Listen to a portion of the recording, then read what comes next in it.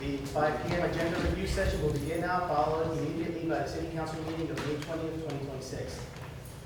We have approval of minutes, report of correspondence by city clerk. We have 3 public hearings, 1 to approve amendments of the City of New Brunswick 2026 budget, 2 City of New Brunswick resolution to adopt 2026 budget, and 3 resolution to set the tax levy for Board of Ed for 2026. We then have ordinances on second reading. Number 1, an ordinance to amend and supplement the revised general ordinances of the City of New Brunswick regarding the addition of a special improvement district. 2, an ordinance to amend and supplement the revised general ordinance of the City of New Brunswick with respects to taxi stands and bus stops. And 3, an ordinance to amend and supplement the revised general ordinance of the City of New Brunswick with respects to construction permits and fees. We then have 2 ordinances on first reading. The first one is a capital ordinance providing for various stormwater capital improvements and acquisitions in and by the City of New Brunswick, appropriating $2 million therefore to pay for the costs thereof.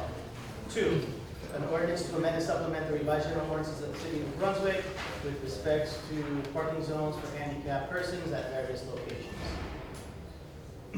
Rather than we have resolutions 1 through 33. 1, approve agenda amendments. 2, approve payroll. 3, authorize refund for redeemed tax sale certificates. 4, authorize tax collector to prepare and issue estimated tax bills for the 3rd installment of 2026 taxes. 5, authorize tax collector to transfer overpayments on several tax and utility account. 6, approve ABC liquor license renewals for 2026-2027. 7, approve transfer of taxi license number 25. 8, set hearing date relative to continuation termination of conditions on ABC licenses, specifically for the Vine of New Brunswick, La Famosa Inc., and the Gala Cafe and Restaurant Inc. for June 3rd, 2026. 9, approve amendment of resolution R-052629 to change in duration requested by the community builders regarding Hazard Street between Abeal Street and Nielsen Street for Sterling side ribbon cutting for May 26th. 10, approve request of use of city property requested by the New Brunswick Board of Education for McKinley Community School Field Day, Alice Jennings Archibald Park for Friday, May 29th. 11, approve request for use of city property requested by the New Brunswick Board of Education for McKinley Community School Pre-K Field Day at Alice Jennings Archibald Park for May 28th. 12, approve request for use of city property requested by Uptown Reunion Committee for their Uptown Reunion at Feaster Park for August 29th.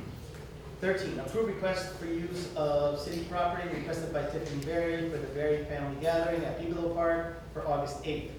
14, approve request for use of city property and city sidewalk requested by New Brunswick City Market for the Stuart Johnson statues placement, installation, and removal at Monument Square Park, George Street, areas of George Street, Livingston Ave, and Nielsen Street.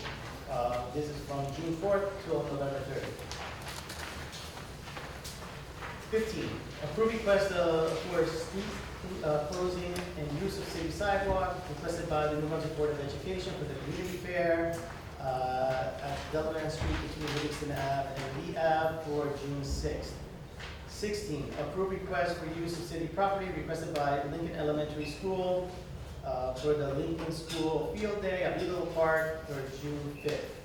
17, approve request for use of city property by Mount Calvary Missionary Church for their Deep South Festival at Feaster Park, August 8th. 18, approve request for use of city property requested by the New Brunswick Cultural Center for Hub City Sounds Jamashtami, and I apologize if I said that wrong, festival at Boyd Park, August 23rd. 19, approve amendment of resolution R-042517 to extend contract for 1 additional year with IMAC Insurance Agency for risk management. 20, approve amendment of resolution R-122537 for an additional amount of $23,000 with Aetna Life Insurance Company for stop loss coverage for Aetna Medical Plan and CVS Caremark Prescription Plan. 21, authorize acceptance of grant for social services with Governor's Council on Substance Abuse Disorder for Municipal Alliance FY27 grant fund. 22, approve amendment of resolution R-012629 for supplemental services, an additional amount of $300,500 with French and Perillo Associates for consulting engineering services. 23, approve award of contract with Enviro Solutions LLC to furnish and deliver membrane modules for the potable water filtration system, not to exceed $381,520.70. 24, approve award of contract from Axon Enterprise Incorporated for UAS equipment and software, not to exceed $62,431.16. 25, approve authorization to rebid for environmental renew and section 106 review consultant. 26, approve award of contract for furnish and deliver repair clamps and accessories for the water utility with Raritan pipe supply, Raritan valve, and automation for a period of 12 months not to exceed $50,000. 27, approve amendment of resolution R-052612 to extend the contract for one additional year with RDS Services for retiree drug subsidy, not to exceed $15,000. 28, approve award of contract with Northeastern Benefit Services LLC for insurance brokerage services dental for a period of 12 months.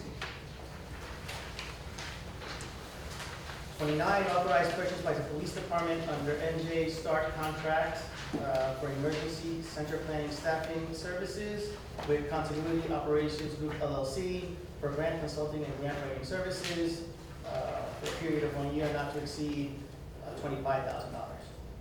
30, approve award of contract with Absolute Fire Protection Company for fire engine pump repair services for a period of 12 months not to exceed $15,000. 31, approve award of contract for rehabilitation home improvements, 1-year grant for the New Jersey Mortgage Funding LLC for 11 Oliver Avenue, not to exceed $23,895. 32, approve award of contract with Film Tech Corporation for proprietary maintenance and support agreement for the MEMCOR membrane filtration system for the water utility for a term of 12 months, not to exceed $39,000. And 33, approve amendment of resolution R-022671 for an additional amount of $10,000 for truck and equipment replacement parts for the Department of Public Works with Northia Corporation. We then have items for discussion by council, followed by public comment. Dates to remember, city council agenda review session is set for Wednesday, June 3rd at 5 p.m. Immediately following review session is the council meeting. All order. Councilmember Anderson. Here. Councilmember Escobar. Here. Councilmember Ferguson. Here. Councilmember Fleming is excused. Councilmember Secor Ludwig is absent. Council Vice President Gaskins. Here. Council President Castaneda. Here. Okay. Please be advised that the notice requirements of the Open Public Meeting Act have been complied with and satisfied in that the annual notice, which gave sufficient notice of the time and place and conduct of all public meetings of the Municipal Council of the City of New Brunswick, have been filed with the City Clerk and has been placed on an appropriate bulletin board in City Hall and has been transmitted to the official newspaper for the City of New Brunswick, namely the Home News Tribune. Please, everybody, rise. I pledge allegiance to the flag of the United States of America and to the republic for which it stands, one nation, under God, indivisible, with liberty and justice for all. I want to take this moment to recognize that this upcoming Monday, we're going to be observing Memorial Day. Memorial Day is more than just the unofficial start of summer or a long weekend. It is a solemn day of remembrance dedicated to honoring the brave men and women of our armed forces who gave their lives in service to our nation. Their courage, sacrifice, and devotion to duty have protected the freedoms and opportunities we enjoy today. So I want to remind everyone that our annual Memorial Day Parade in conjunction with Highland Park is set for this Monday, starting at Memorial Square. That's 2 Livingston Ave at 11 a.m. And the parade will go all the way to Highland Park. We hope to see many of you there. So let's take this moment to honor all of our fallen service members and their families. Thank you. Approve the minutes. Second. Councilmember Anderson. Yes. Councilmember Escobar. Yes. Councilmember Ferguson. Yes. Council Vice President Gaskin. Yes. Council President Castaneda. Yes. Madam Clerk, has the correspondence been directed to the appropriate departments? Yes, Council President, the correspondence received by the City Clerk's office is forwarded to the appropriate departments for further action. Thank you. Now moving on to the public hearings. Number one, approve amendments for the City of New Brunswick 2026 budget. At this time, I will ask the City Clerk to read Resolution R-052600B to approve amendments of the City of New Brunswick's 2026 budget. R-052600B, City of New Brunswick Resolution to amend budget by the Municipal Council, whereas the local municipal budget for the year 2026 was approved on the 6th day of May 2026, and whereas it is desired to amend said approved budget now, therefore be it resolved by the governing body of the City of New Brunswick, County of Middlesex, that the following amendments of the approved budget of 2026 be made. Current fund, H1, total general appropriations for municipal purposes with caps from $92,785,392.60 to $94,569,933.60. For O, total general appropriations excluded from caps, $21,072,854.71 to $98,288,313.71. Be it further resolved that two certified copies of this resolution be filed in the office of the Director of the Division of Local Government Services for his certification of the 2026 local municipal budget, so amended. It is hereby certified that the amended budget hereto and hereby made a part hereof is a true copy of the amended budget approved by the resolution of the governing body on this 20th day of May 2026. Thank you. Before we go into public comment, Mr. Dulis, can you just give a bit more of a summary as to why we need to make the change of caps? Indeed, Council President, members of the council, and Mr. Mulrine is here as well to provide additional details. But as you are aware, the state does review our budget, and they've asked us to make these changes. It doesn't change the total amount within the budget, however, it categorizes and classifies certain expenses in different areas of the budget requirements. Great, thank you very much. Do any of my council members have any questions or comments? We are preparing to open the public hearing on the resolution regarding the amendments of the City of New Brunswick 2026 budget only for up to 5 minutes per person, one time up. If any members of the public wish to speak on this resolution, please approach council. Good evening, Charlie Cradaville, City Home Street. I appreciate you asking the question and getting a little bit of insight from Mr. Julis on what led to these changes. I see the big change is under health benefits, and it seems that a couple $1 million worth is now being deemed to fall under the caps as opposed to outside or excluded. Did the state give any, insight into why they're asking you to make that change? What's the justification for moving it to within the cap as opposed to excluded? Mr. Julis? Mr. Mulrine? And there was just a cap adjustment to the calculation that they had done for this year that determined that the certain amount had to come inside the cap versus outside of their recommendation. So they had given an initial determination and then they updated their Yes. determination. That's all. Thanks. Thank you. Anyone else for public comment on this issue? Seeing none? I offer the foregoing resolution and move its adoption. Second. Councilmember Anderson. Yes. Councilmember Escobar. Yes. Councilmember Ferguson. Yes. Council Vice President Gaskins. Yes. Council President Castaneda. Yes, resolution is adopted. Number two, City of New Brunswick resolution to adopt the 2026 budget. Mr. Council President, the public hearing for the City of New Brunswick resolution to adopt the 2026 municipal budget took place on May 6, 2026. At this time, I request that the clerk be instructed to read section 2, the adopting resolution for the budget. Madam Clerk?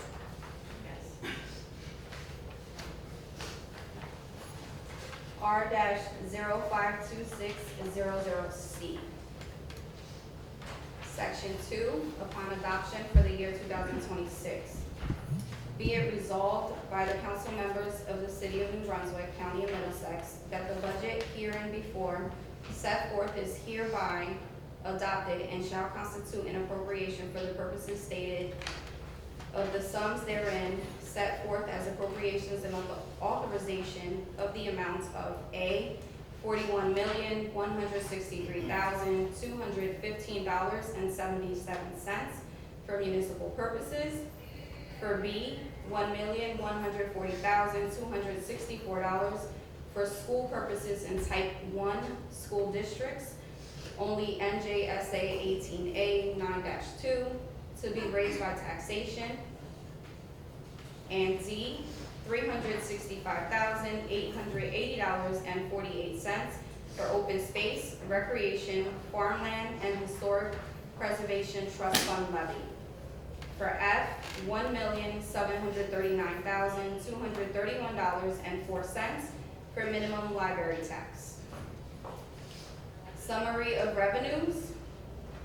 Total revenues, $114,110,453.61. For summary of appropriations, total appropriations, $114,110,453.61. It is hereby certified that within the budget is a true copy of the budget finally adopted by resolution of the governing body on the 20th day of May 2026. It is hereby further certified that each item of the revenue and appropriation is set forth in the same amount and by the same title as appeared in the 2026 approved budget, and all amendments thereto, if any, which have been previously approved by the Director of Local Government Services. Certified by me this 20th day of May 2026. I offer the foregoing resolution and move its adoption. Second motion. Councilmember Anderson. Yes. Councilmember Escobar. Yes. Councilmember Ferguson. Yes. Council Vice President Gaskins. Yes. Council President Castaneda. Yes. Number 3, we have a resolution to set the tax levy for Board of Education for 2026. Does any of my fellow council members have any questions or comments? No? All right, so then we are preparing to open the public hearing on the resolution to set tax levy for Board of Education for 2026. Up to 5 minutes per person, one time up. If any members of the public wish to speak on the resolution, please approach council and give your name and address for the record. Seeing none? I offer the foregoing resolution and move its adoption. Second. Councilmember Anderson. Yes. Councilmember Escobar. Yes. Councilmember Ferguson. Yes. Council Vice President Gaskins. Yes. Council President Castaneda. Yes. Resolution is adopted. Now moving on to ordinances for discussion on second reading. Number 1, an ordinance to amend and supplement the revised general ordinances of the City of New Brunswick, Title 3, Revenue and Finance, regarding the addition of a special improvement district.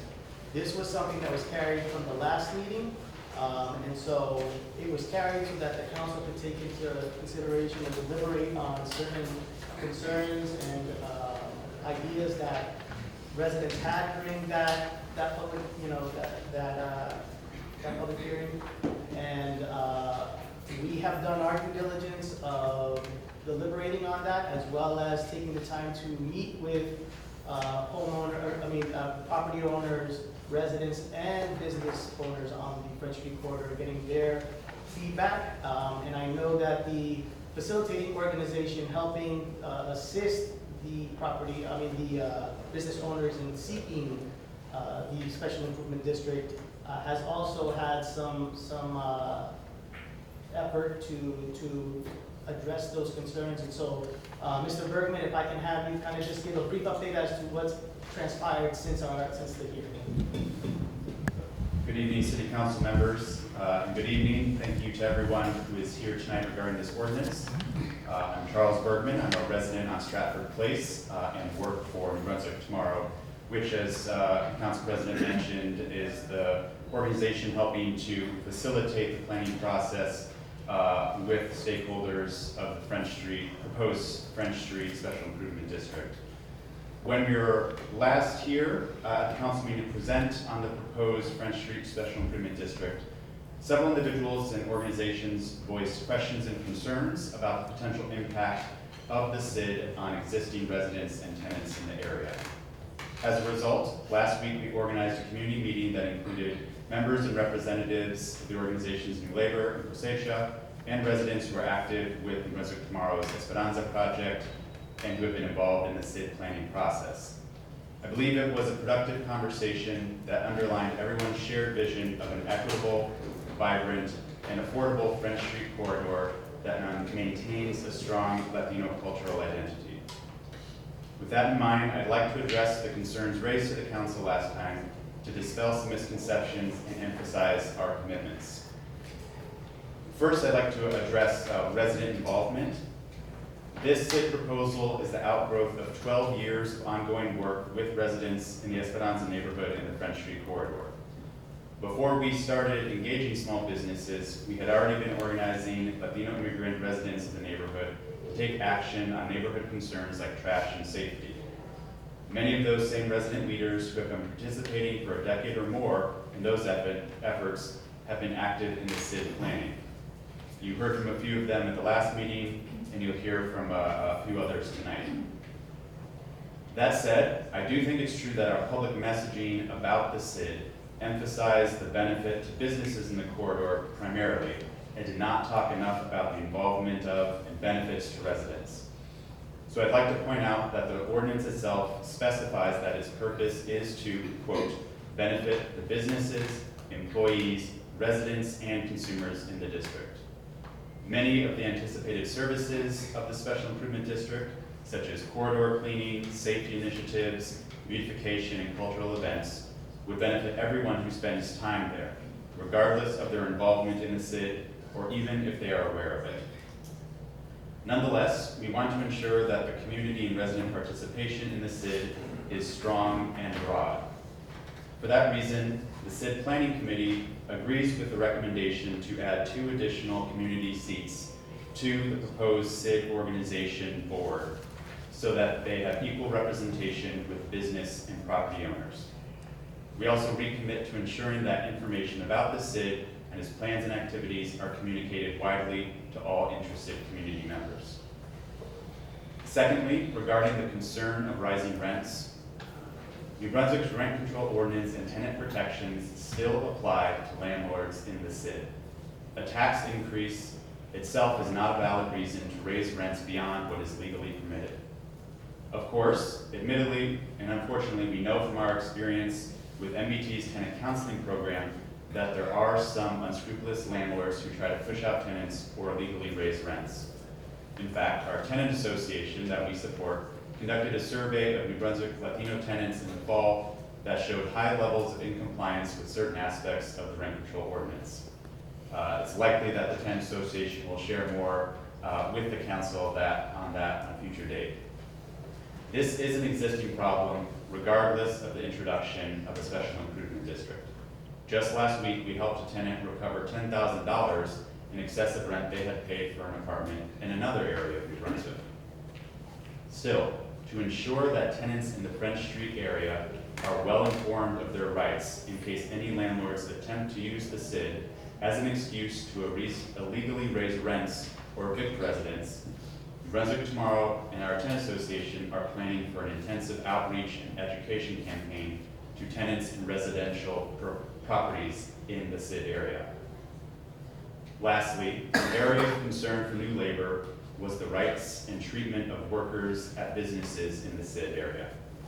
This is not something that is under the control of the SID or the district organization, but we agree that it's a community priority. New Brunswick Tomorrow, independent of the SID, has recently begun to work with the New Jersey Department of Labor to bring resources and education about employer responsibilities to small businesses in our network.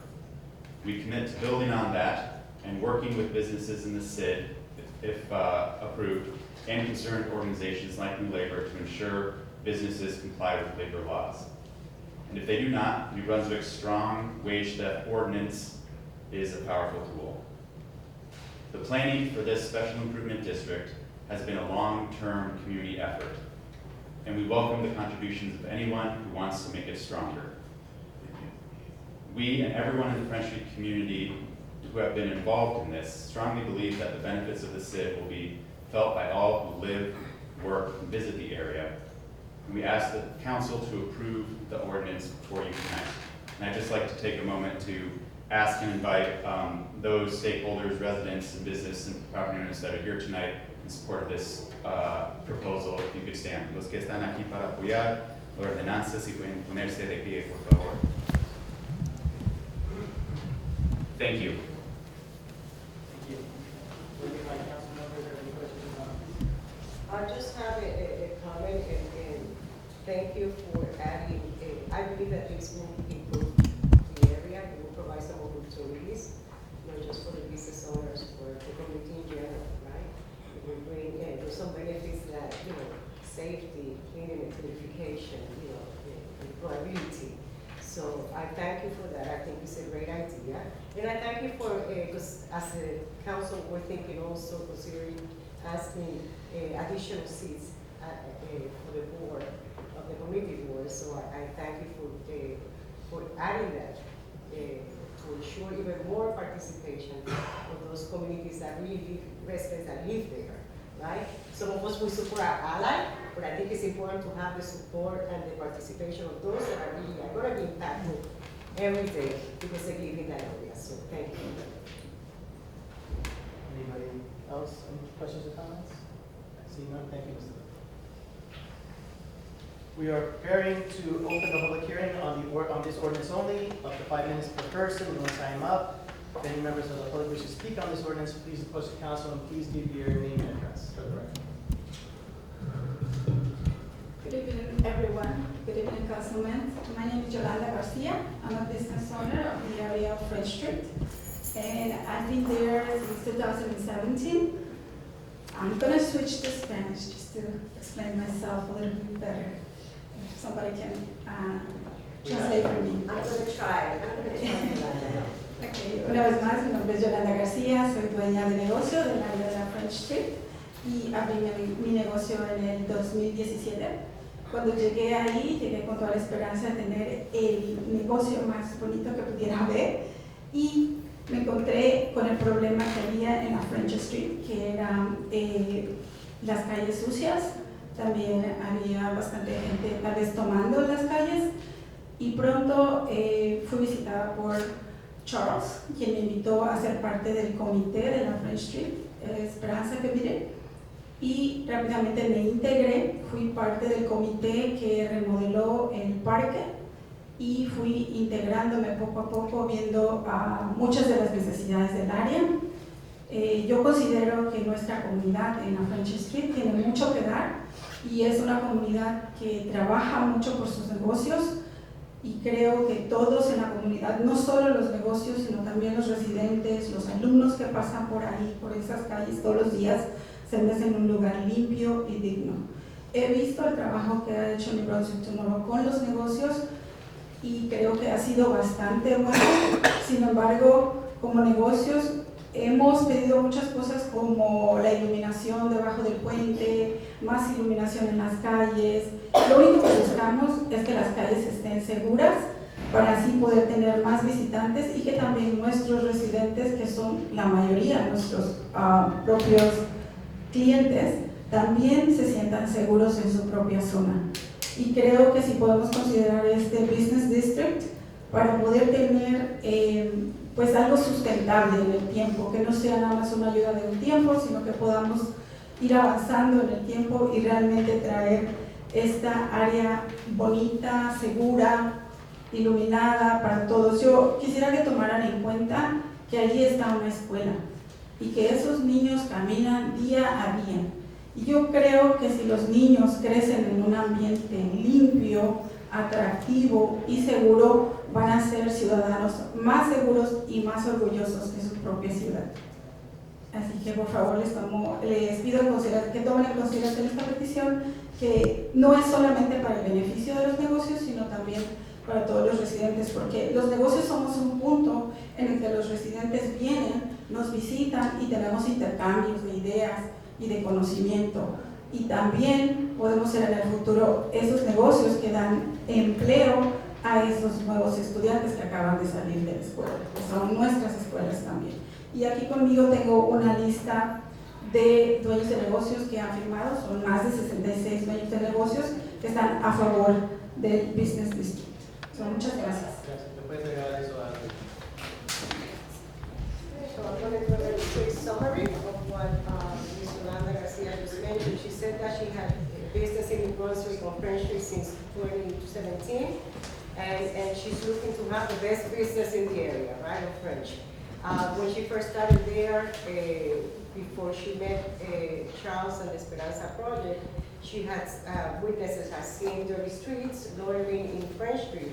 Once she started working along with Esperanza and Charles, she became involved and was part of the process to the changes that happened at the War Memorial Park and other changes that have happened with Esperanza, working with Esperanza. She says that the French Street is not just only for business owners. French Street is for residents, it's for the neighborhood. French Street has a school nearby that she feels that the students are students. That's how she put it. Not just it's an opportunity for our students to benefit from from having the businesses there. It offers the opportunity for having this special improvement district. So it will provide also with some other areas that continue to be a challenge in the area in terms of better lighting, safety in the streets, especially when the children are there, the students are there. So she feels that although people might think this only benefits the business community, it is not. It benefits the whole neighborhood.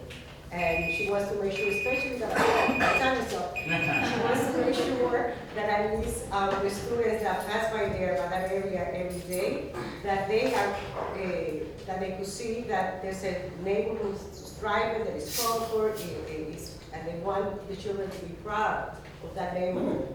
And also, they count on those being the future business owners of future employees of the businesses that are there. So she has a letter with a lot of business owners who have signed signatures of business owners in the area supporting this measure, and she encouraged everyone, encouraged the council to pass it.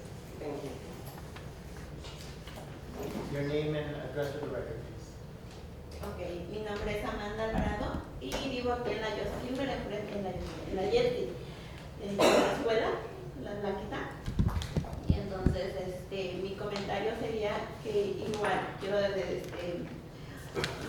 resaltar el comentario de mi compañera, que igual esto lo hacemos por nuestros hijos, por el futuro y el bienestar de ellos. Y quiero platicarles también que este proyecto lo teníamos pensado desde aquí varias de mis compañeras estamos en el proyecto Esperanza desde que se inició.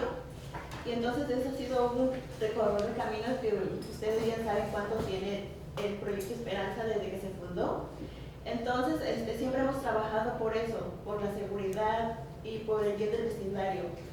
Entonces ya hemos trabajado durante todo este largo tiempo y hemos trabajado especialmente queremos agradecerles al detective Gallardo, al capitán Bobadilla, que nos han enseñado también y a mantener, o nos han ayudado a mantener nuestro vecindario un poco seguro.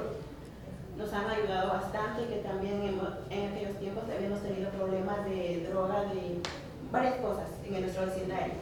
Entonces, todos estos años hemos estado trabajando cada vez de diferentes maneras, pero todo por el bien del vecindario, de seguridad, de limpieza. Ustedes saben todo esto que se ha hecho.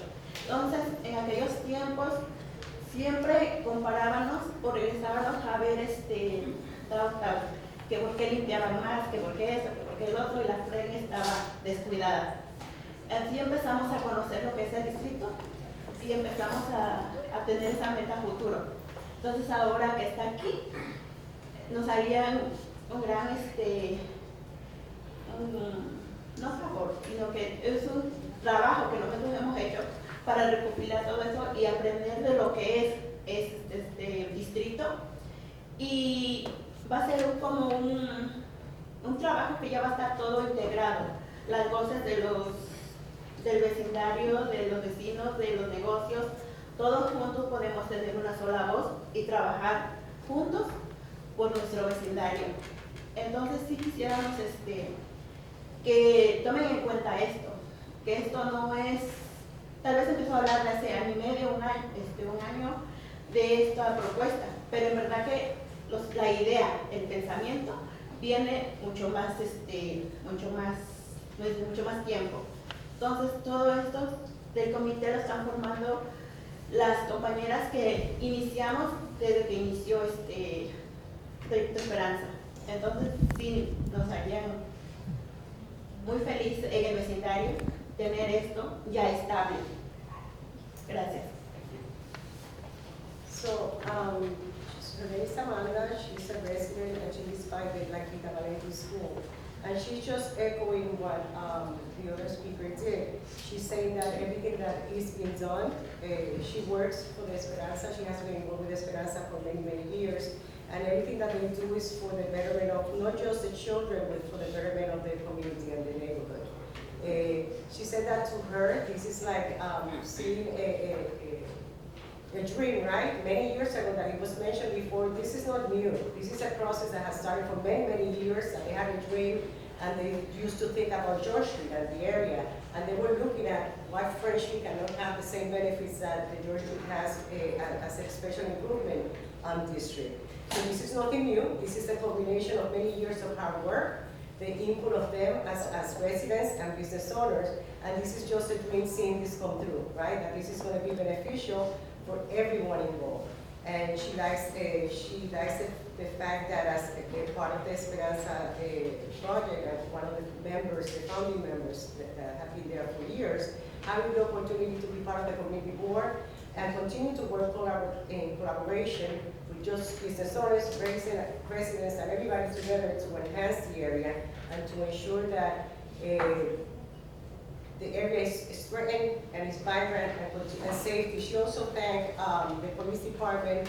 She mentioned Gallardo and Detective Gallardo and Bobadilla in the sense of they're helpful. They have been very helpful throughout the years in terms of safety, teaching about safety measures, teaching the neighborhood, being there, providing safety and patrolling in the area. So that was something else that they have been fighting for and they were able to get. So this is just a combination, having this special district improvement. It will be a combination of a dream, and it will be, in her opinion, the best that we will have for that part of the neighborhood. She encouraged the council to approve the measure. Your name and address for the record, please. Bueno, buenas tardes, mi nombre es Esther. Yo soy, hace 20 años, soy residente de aquí, de Brunswick, y lo mismo que mis compañeras, soy miembro del Proyecto Esperanza hace más de 10 años, desde que comenzaba, y desde un principio que comenzamos, uno de los proyectos era la mejora de la French. Y se ha estado luchando, sí se ha estado viendo cambios, ¿verdad? Como nuestro cambio del parque, ¿verdad? De Oaxaca, que le llamo.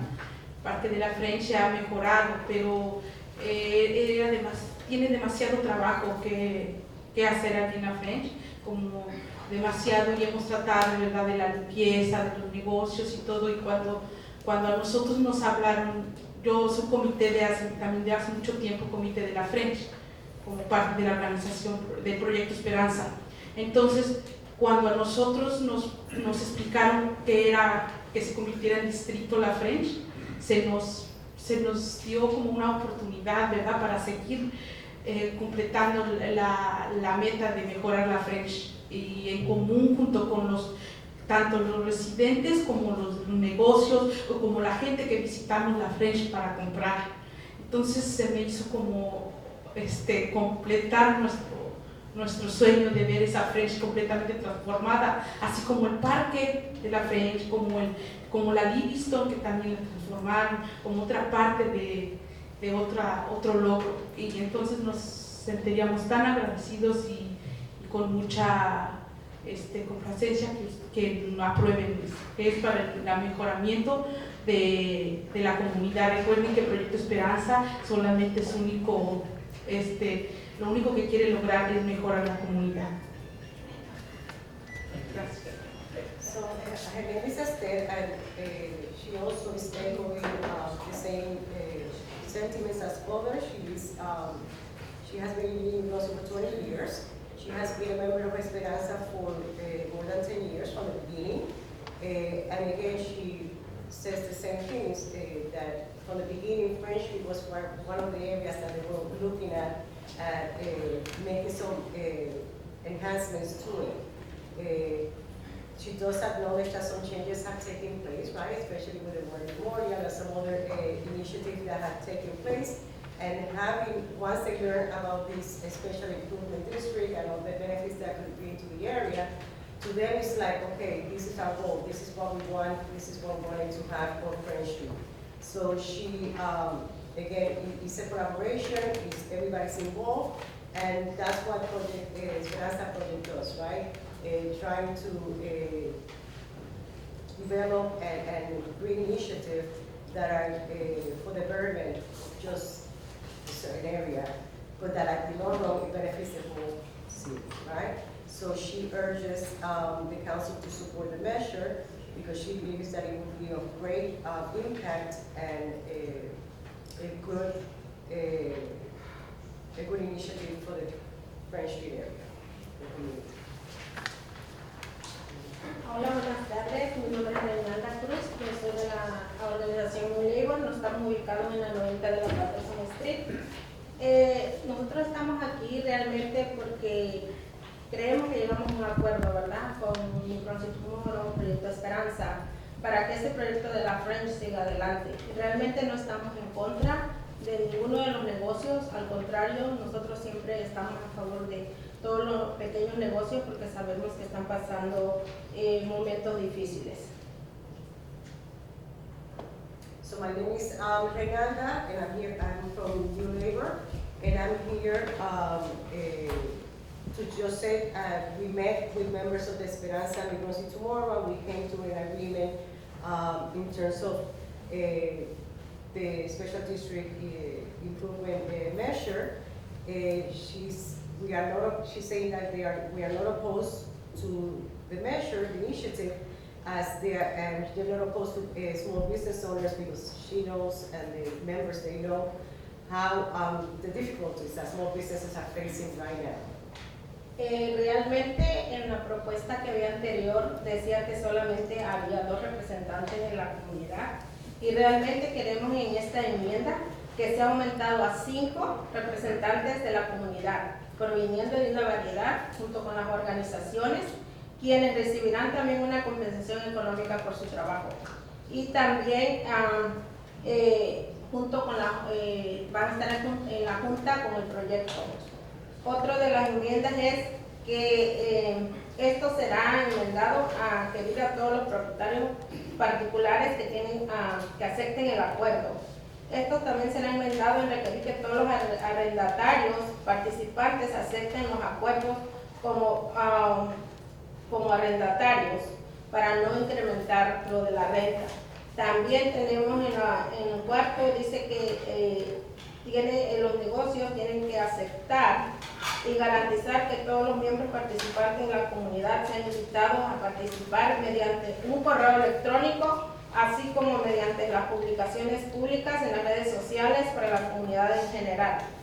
También Permiso, Renata, una clarificación. ¿Ustedes quieren que los negocios acepten y garanticen la participación de quién? Perdón, el programa.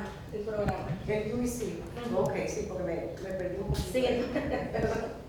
el programa. Entonces dice también que se modificará que la junta directiva y los comités realicen un seguimiento para elaborar informes sobre las infracciones cometidas por propietarios o dueños de negocios respecto a los acuerdos de mediación de cuentas. Estos informes estarán disponibles durante las reuniones comunitarias. También queremos que los negocios realmente prioricen una compensación justa para los trabajadores. También queremos que los negocios deben pagar a los trabajadores de acuerdo a todas las leyes salariales por las horas trabajadas, incluyendo horas extras y los días por enfermedad. También la apropiación de compensación por horas extras después de las 40 horas requeridas por el Estado. Y queremos que les paguen los días de enfermedad y que les den descanso para comida y licencia por enfermedad. También queremos que mantengan los registros precisos de nóminas, de empleo y que prohíban el robo de salarios, la clasificación incorrecta de los trabajadores y que no tomen represalias, ni intimidación, ni acoso, ni discriminación por género, edad u otros factores. También que representen el derecho de los trabajadores a organizarse, a negociarse colectivamente y a participar en acciones laborales y a unirse a organizaciones de trabajadores sin represalias y abstenerse a las actividades antimedicales y tácticas de intimidación. Que realmente, porque un trabajador se quejó o algo, no tomen represalias contra él. Para nosotros es bien importante que los negocios cumplan con estos requisitos, porque realmente nosotros sí vamos a estar pendientes de que realmente se cumpla la ley y que recuerden que aquí en New Brunswick hay una ordenanza donde si en caso de robo de salario se le puede quitar su licencia al negocio. Entonces, realmente queremos esas enmiendas ahí para que ellos cumplan realmente con lo que es la ley. Gracias. So Renata is proposing as part of the labor, and I'm going to make a summation of it. They would like for the community members to increase the number of community representatives in the board. They would like to have 5 members from the community from diverse sectors.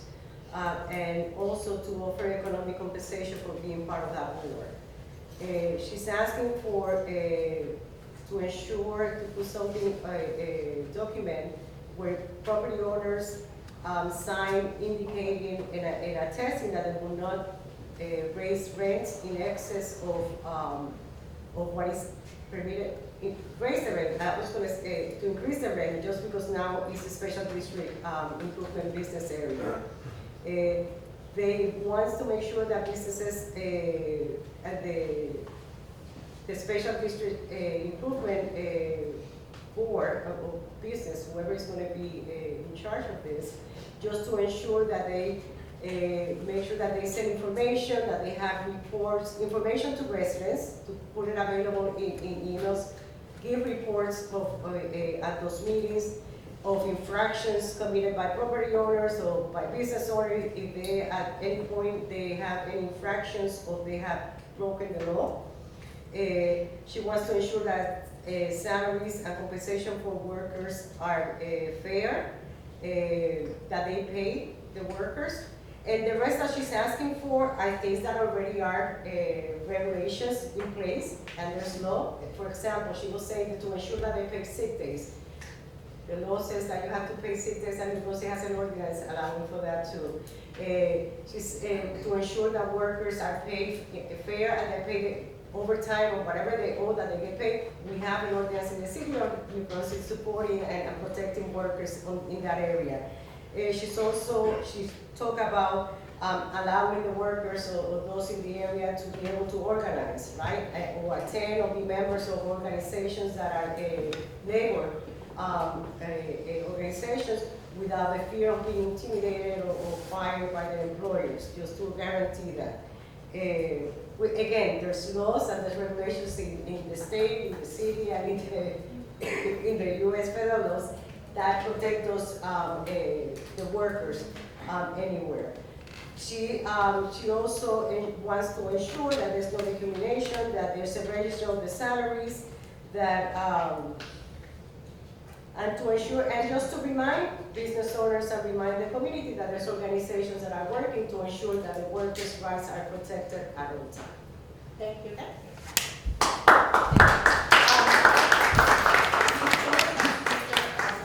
Some comments, and then Mr. Bergman, I might ask you to clarify about the seat makeup. I don't know if there was any hearing translation issue, but if you could just clarify that.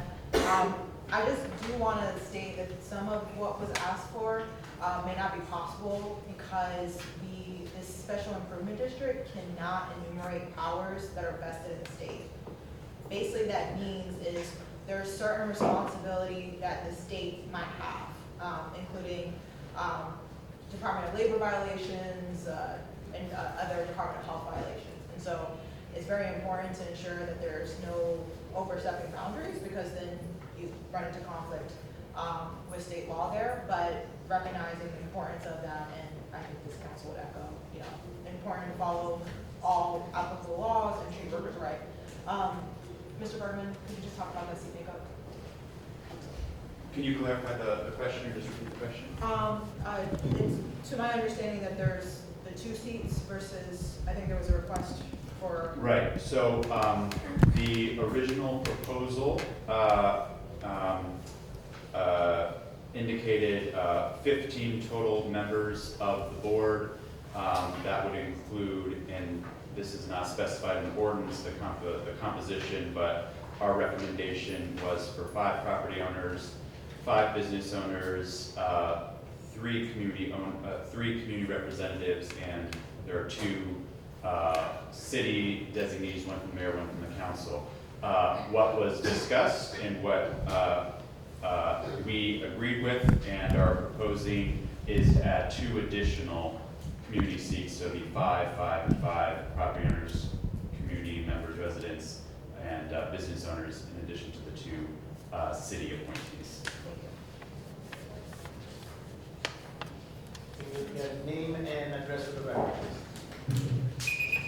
Buenas tardes, mi nombre es Emanuel García, soy dueño de negocio desde hace 8 años y el día de hoy estoy aquí para decirles que sin antes, el día de hoy estamos para que se apruebe, que sea el distrito de la French, pero desde hace tiempo, no de ahorita, de hace de varios años, se ha venido trabajando para las mejoras de la French Street.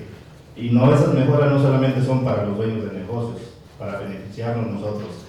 Ha sido trabajando para la comunidad y para todos los dueños que son dueños de edificios, de casas. Una comunidad segura, una comunidad limpia, atrae más gente, no solamente de nuestra comunidad, gente de otros pueblos alrededores que vienen a hacer sus compras, vienen a invertir.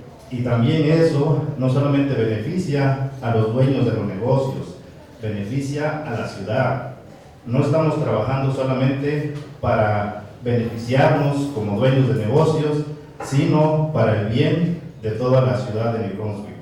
New Brunswick cada día ha crecido en diferentes aspectos, diferentes comunidades de diferentes países han hecho negocios grandes. ¿Para qué? Para que esta comunidad, este pueblo de New Brunswick siga creciendo cada día más. Y nosotros no somos la excepción. Al contrario, hemos trabajado unidos con diferentes personas de diferentes nacionalidades, con un solo objetivo, de mejorar la ciudad, no solamente la calle de French Street, porque una calle limpia, una calle segura, una calle iluminada, a cualquiera le va a dar gusto ir a comer a un restaurante, ir a comprar una tienda, se va a sentir seguro a cualquier hora del día o a cualquier hora de la noche. Pero si nuestra comunidad está sucio, está sin vigilancia, está sin luz, la gente no va a venir a visitarnos, no va a venir a comprar. Entonces, al ingresar más negocio, más clientes, el beneficio no solamente es de los dueños del negocio, ni de los dueños que tienen casas para rentar, sino en sí de toda la comunidad de New Brunswick. Eso es todo. Gracias. Mr. Manuel Garcia is also a business owner, so he encouraging the council to approve this special district improvement ordinance. And he says that, again, he concurs with everybody else who has stated what everybody else has been saying, that this is nothing new. That even though it came out now, this is a result of years of working to get to this point. He says that this is a work that is being done by everyone, business owners, residents, and it's for the whole community. They have been working very hard to bring initiatives to have more security, to clean streets. And he says that when you get improvement, and some of the benefits is that if you have clean streets, there's safety, everything is, people feel safe, they will attract more visitors to the area. That not only benefits the business owners, but it benefits everyone as a whole, right, as a community. He also says that this is not something that they're only working with the Latino community. This, they have been working with other negotiations, have been growing as different in many aspects.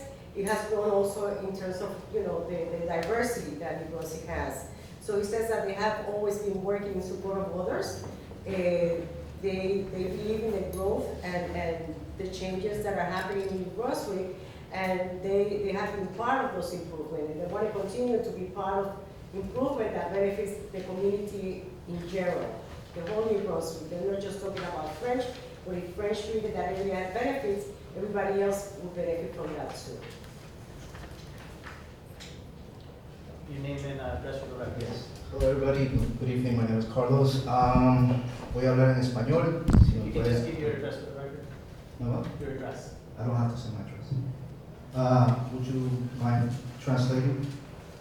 You could do it in English, but we have somebody translating in the back. Okay, lo voy a hacer en español. Okay. Bueno, pues entonces yo trataré de hacerte un buen trabajo.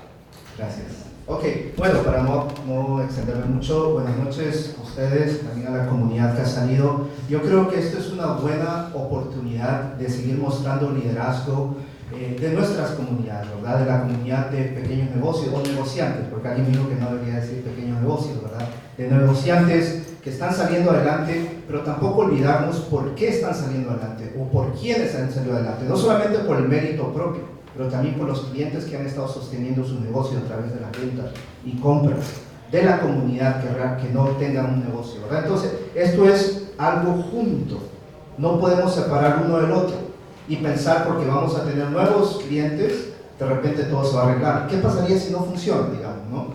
Todavía tenemos la comunidad, porque nos tenemos todos el uno al otro. Y solamente quería recalcar eso, que al final del día no dejemos que nos separen por categorías, porque lo que tengo, por lo que no tengo, al final del día vamos a ser directamente impactados. Los negociantes quizás no les resulte bien el negocio y los que estamos rentando viviendas alrededor del área cuando nos suban las rentas. Pero tuvimos una conversación muy productiva con el equipo de las compañeras y el compañero Charles de Proyecto Esperanza para poder también nosotros opinar y poder compartir nuestras preocupaciones. Y yo creo que mientras lo que hablamos se pueda cumplir, como por ejemplo la representación de la comunidad que sea pareja, que no sea dispareja, estamos bien, ¿verdad? Que tenga, si van a ser 5 representantes de negocios, que también sean 5 representantes de la comunidad y que sean diversas, ¿verdad? Y también asegurarnos que esta junta o comité que vaya en su momento a funcionar, en lo posible, especialmente las compañeras que son directamente impactadas, que sean compensadas, porque el tiempo vale, ¿verdad? Ustedes, especialmente compañeras que vayan a ser parte de cualquier junta, ustedes tienen familia, hijos que mantener y todo lo demás, y nunca está de más poder ser compensado por el trabajo que ustedes puedan, en lo posible, ¿verdad? La otra cosa también es reiterar lo que dijo la compañera, asegurarnos que los negocios de hoy, mañana o cualquier momento no violen los derechos de los trabajadores. Y sabemos que ya hay leyes, ¿verdad? Pero si este proyecto y toda la comunidad se une, vamos a poder juntos identificar cuáles son los negocios que no están haciendo caso y reportarlos a la ciudad. No podemos tampoco lavarnos las manos y decir, este proyecto pues no es para esto. No, si tú invitas a alguien a tu casa, tú eres responsable de lo que hace esa persona. Si estamos invitando a nuevos clientes y a nuevos negociantes, a nuevos negocios, a este corredor que es la French Street, right, que es su vecindario, también tenemos que asumir la responsabilidad de cualquier cosa malucas que vayan a hacer ellos, por eso también tenemos que ser responsables, ¿verdad? Y por último, decirles que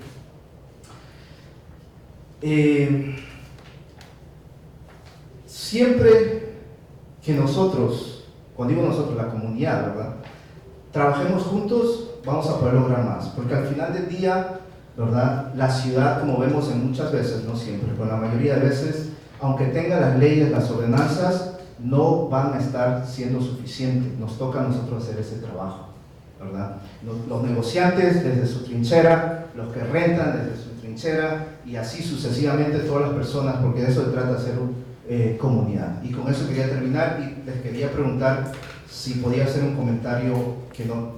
¿Esto es solamente para hablar del proyecto o...? Ok, bueno, quizás lo voy a hacer algo conectado. Que si este proyecto tiene, ¿verdad?, en un futuro algún mecanismo o alguna ayuda de cómo proteger o juntos protegernos de la migra, en caso que la migra quiera venir aquí y meter sus narices como lo ha hecho en esto. Hemos visto muchas detenciones en la French Street, ¿verdad? ¿Cómo podemos asegurarnos que como negociantes, como miembros de la comunidad, como arrendatarios, protegernos el uno al otro y que este proyecto sea un éxito? Porque el éxito de ustedes también es el éxito de toda la comunidad, ¿verdad? Entonces no estamos en contra de eso, sino queremos siempre asegurarnos que todos estén beneficiados y no solo uno un poco.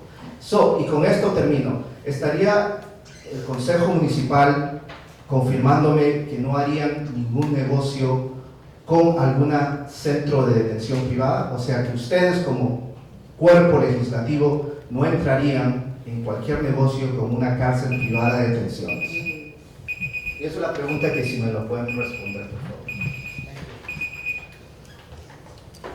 Okay, so let me make a summary.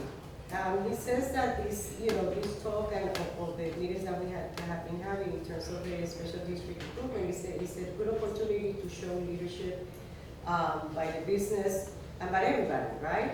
That he wants to remind businesses that they're growing and they're thriving because they have people who come, they have patrons, right? People that come and support them in the process.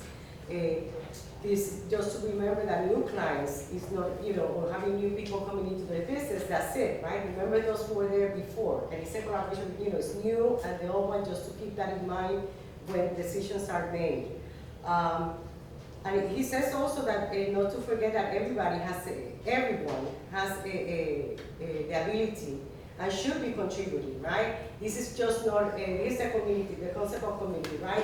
In this special area, residents, business owners, renters, property owners, everybody should be working together for the benefit of everybody, right? Not just one sector, so he wants to make sure that that happens, and he talks about the conversation that his organization and others have with Esperanza, and thinking about one of the recommendations, as it was mentioned before, it was to increase the number of community members, and that is more equitable, right? That we have 5 community members, 5 business owners, 5 property owners, whatever it is that it was explained before. So we also see, he wants to make sure, also encourage everyone to be part of the process, right? That in that area, that there is laws that exist, the state has laws protecting workers, there's city has ordinance, but that's not enough, right? It takes everybody to work as a community to ensure that if there's a business that is not doing the right thing, to promote it. He wants to make sure that this committee also ensures that when there's a business who's not following the laws, that they are identified, that they help out in terms of identification, and also helping community members that are workers that are going through situations that they are supported also as part of that. That's what a community is, right? So he also wants to ensure if this has any measures that would prevent ICE from holding any activities in that area. And he asked a question to the council in terms of if this council can assure him that this council will not do any business with any detention centers. And I'm assuming ICE, immigration detention centers, now or in the future. I think I got it. Thank you. That was very good. Thank you. Anyone else with public comments? Would you answer my question though, about the detention center? We can get to that after. This is not on, this is about this ordinance, but I have no problem answering that here. Thank you. Anyone else? Name and address for the record, please. Can you hear me, or do I have to You move can my? put it down. Can you bring it down a bit? I did this already. Better? Better. Okay. Hi, everyone. My name is Amanda Dominguez. I'm a community organizer with New Labor. I live in Buckley's Village. So first of all, thank you to Councilwoman Escobar for translating and interpreting for everybody tonight. I hope that you no longer have to take on that extra role, and that eventually we have, formal interpretation services so that you don't have to talk for like a full 2.5 hours or however long everything goes. But we appreciate you in the meantime while you work that out. Thinking about the SID project is something that also has come to my mind about the roles of the city government and stuff. We have an organized group of, business owners and landowners now that are going to be paying in order to improve this district, right? There's a small cost here to that, and it's going to generate a lot of money in order to improve the district. And I just can't help but wonder why that had to happen and why the city couldn't use its tax dollars to just invest in French Street the way it invests in other areas. That's not a critique of the plan, that's more of a critique of how the New Brunswick City government chooses to invest its money. So just putting that out there for thought. Apart from that, New Labor is really excited to have met with those from Proyecto Esperanza and New Brunswick Tomorrow to come to some agreements about how this plan can work for all. We were never against a business owner getting some extra promotions or new decorations or cleaning the street. That was never a complaint on our side of things. It was just about securing that there was some protections in place as while these businesses are getting benefits, that they don't start to then skyrocket their prices, or that they treat the community with respect. So the amendments that you've heard many propose and that we've come to agreement on the majority, there's some pieces that we're still kind of working out, but the amendment to have 5 community representatives, that helps with the power dynamic on the committee itself, instead of having a smaller amount of community representatives, and we hope for those representatives to be a diverse group, not all just from like one place, and that they will be compensated not just for their time, but their knowledge of the community and their experiences to be able to give feedback as well. We have proposed agreements for the businesses and the landowners. They're more like ethical business contracts to say that they're not going to exploit their workers or gentrify the community. There is a reporting process to talk about the accountability, and also to ensure that when there are meetings about the SID project, that there are public meetings that are put out either on social media or direct emails to the folks in this room and otherwise who want to be more involved in the project. So with these amendments, we think that we're adding to a good plan of how to improve French Street, if it's for safety reasons, decoration reasons, business reasons, but we're also ensuring that the workers and the renters are protected and hopefully will not be pushed out of that corridor, because we love how unique French Street is in comparison to other areas of New Brunswick, right? It's endearingly known as Little Oaxaca by many people in the community. They call it, War Memorial Park, they call it Oaxaca Park. And it has such a vibrant culture, and it would be absolutely heartbreaking to kind of just like see the remnants of like signs of French Street, but then look around and not really see those residents from before. So as long as these amendments get pushed into the plan and we can work together in creative ways to ensure that there's protections for workers and residents, then we are in agreement with the plan and are excited to see how it could move forward together. Thank you. Your name and address for the record, please. My name is Maria Garcia. I'm here representing my business. I'm a property owner and business owner since 1990 here in New Brunswick. I really appreciate the city of New Brunswick, the members of the city, and the community in general for giving the support and believing me. Trust me, we work hard to get where we are. We go through a lot. It's not just that we are owner of this or that.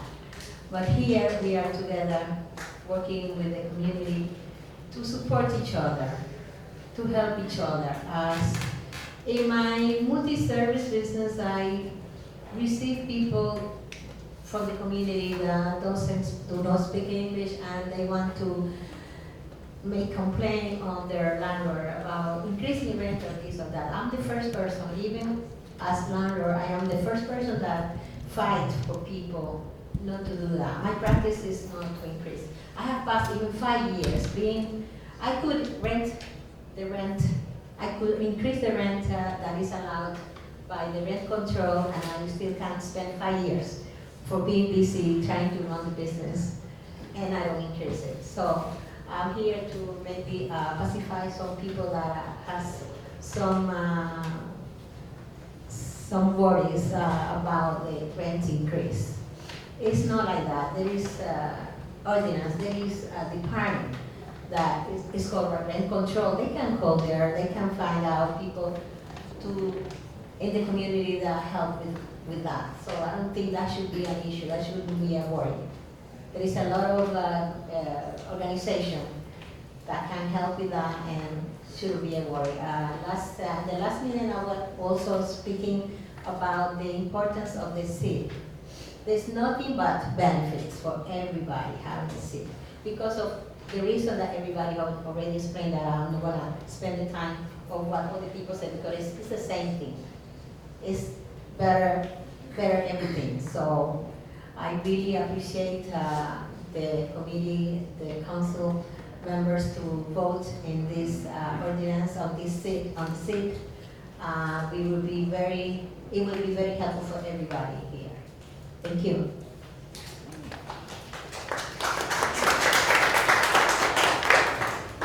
Name and address for the record, please. Eric Spear, Jamesburg.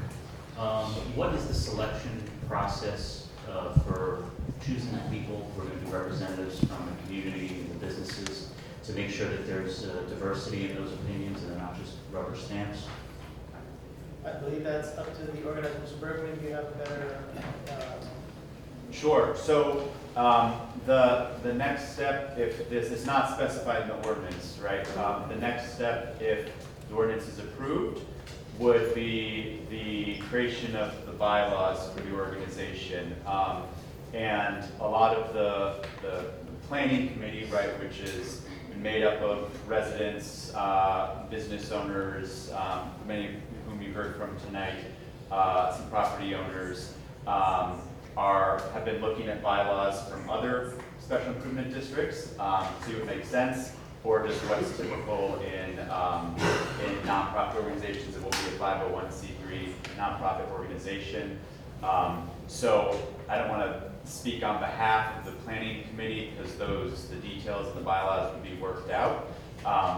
But I think a lot of I believe I could say there would be some degree of a nomination process, right, in which people who have been active or say, I'd like to be part of this, will be able to do that. And then the board itself would have the opportunity, once it's formed, to nominate and approve new members as it goes on. So again, the bylaws would be the next step, so I don't want to speak out of turn, but I think that's the idea. And again, that, we'll, to those points earlier, make that open process, right, for people who want to be informed and involved. Thank you. Anyone else with public comments? Seeing none? I just want to, before we go to voting, I just want to make a comment. I just want to thank everybody again for coming out. We have heard from the last time that we had a lot of support for this. I'm glad that organizations were able to talk to each other and collaborate. Because at the end, it's not about any organization, it's about the people, right? And the community, what we do together to make sure that we move our community forward. And I'm looking at this, making a picture in my head of how this special improvement district is going to look. I think it will be a celebration of the different diverse aspects that French Street has, right? It's going to be, we talked about it the last time about being the heart of the Brunswick French Street. So this is a celebration of culture, a celebration of everybody, of diversity. It's a celebration of different things that will put us, put the French Street in another level, right? Rightly so, right? So, so I think it's another destination, right? George Street and now French Street will be another destination for the city of New Brunswick. So I thank you for everybody who came and for having the time to come and talk to us. Thank you. Council President, if I could add, I think urban planners come up with great ideas, but they're bad at naming things. Special improvement district or business improvement district is a very boring name for a very interesting tool. I think it should probably be called a special investment district because it's really meant to be a hyper-local tool for investment in small businesses and community development. And it's really going to, I think, in my opinion, preserve, not just preserve, but amplify the existing culture of the district that exists there. But I think the most interesting thing, the most helpful thing that we've seen, even with, because we have another special improvement district in Brunswick, is speed, right? So changes, programs, initiatives are gonna happen a lot more quickly than government works because it's a hyper-local initiative. And I think that's important to keep in mind. Finally, I'll just say, when you create something like this, it's a start.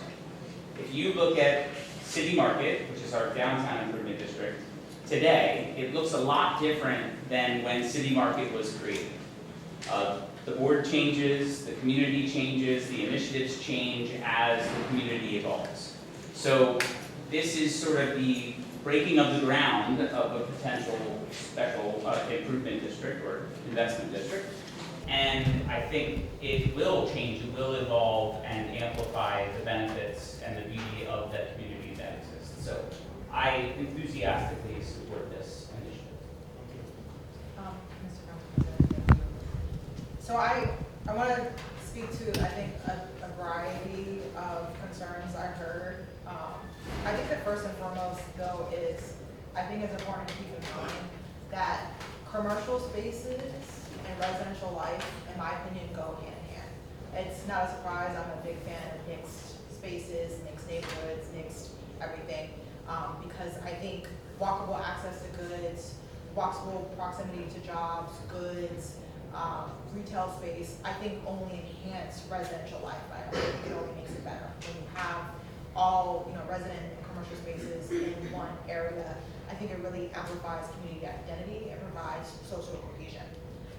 The purpose of why SIDS exist, and yes, another SID exists in New Brunswick. There are actually many SIDS throughout the state of New Jersey and actually across the country. The reason SIDS exists is to supplement, not replace city services. And there's a values argument in that. So yes, they provide cleaner sidewalks, help with lighting, they can help with street cleaning, security, etc.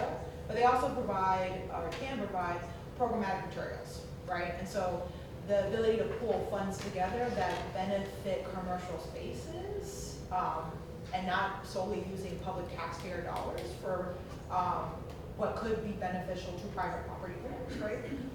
And tenants, that's the reason SIDS exists. And that's why it should not be seen as, in my opinion, as the city not always offering services to the best of their ability, right? SID supplements and provides, enhances, and adds additional services in addition to what the city already provides. All of that said, what I heard in the additional conversations that I've engaged in since we were last here was a commitment to upholding the Latino identity of Front Street. That was very loud and clear.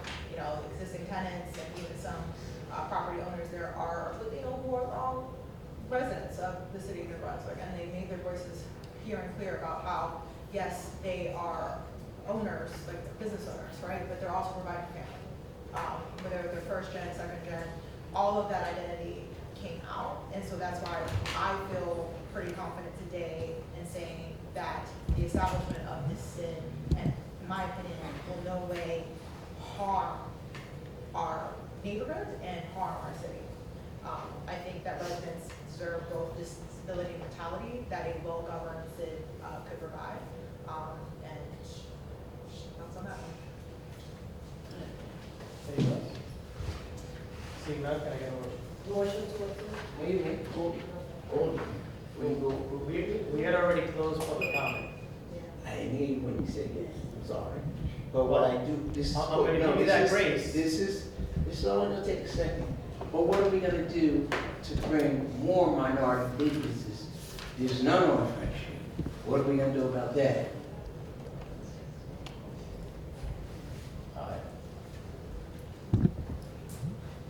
I really don't, I mean, to me, there are majority of businesses on French Street are minority-owned I'm businesses. talking about black Well, business, then you should have specified that, but should I say? I was trying to, Yeah, I'm happy to, after this, when we go to public comment, happy to speak a bit about that. I do put a motion. Second. Councilmember Anderson. Yes. Councilmember Escobar. Yes. Councilmember Ferguson. Yes. Council Vice President Gaskin. Yes. Council President Castellano. Yes. Moving on.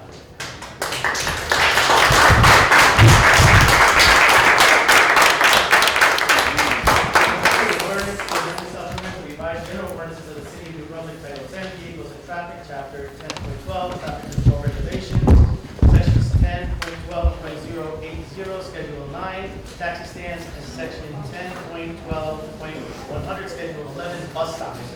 Do any of my fellow council members have any questions or comments on this ordinance? No. Seeing none, we are prepared to open the public hearing on this ordinance. I need to correct the record. I need to recuse myself on that one.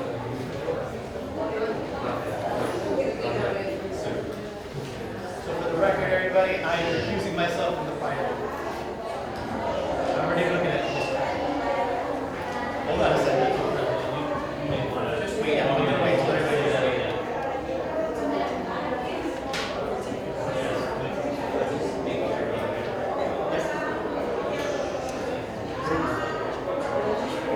Yeah, I apologize. I'm no longer. Thank you. We got this one okay from the attorney. Yeah. Let's read it. You need I will make a motion. second. Councilmember Anderson.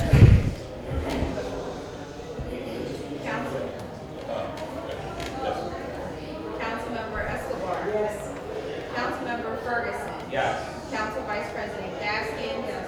Council President Castellano. I recuse myself. Duly noted. Thank you. Moving on. Number 2, an ordinance to amend and supplement the revised general ordinances of the city of New Brunswick, Title 10, Vehicles and Traffic, Chapter 10.12, Traffic Control Regulations, Section 10.12.080, Schedule 9, Taxi Stands, and Section 10.12.100, Schedule 11, Bus Stops. Do any of my fellow council members have any questions or comments on this ordinance? Seeing none, we are preparing to open the public hearing on this ordinance only for up to 5 minutes per person. One time up. If any of the members wish to speak on this ordinance, please approach the council, give your name and address for the record.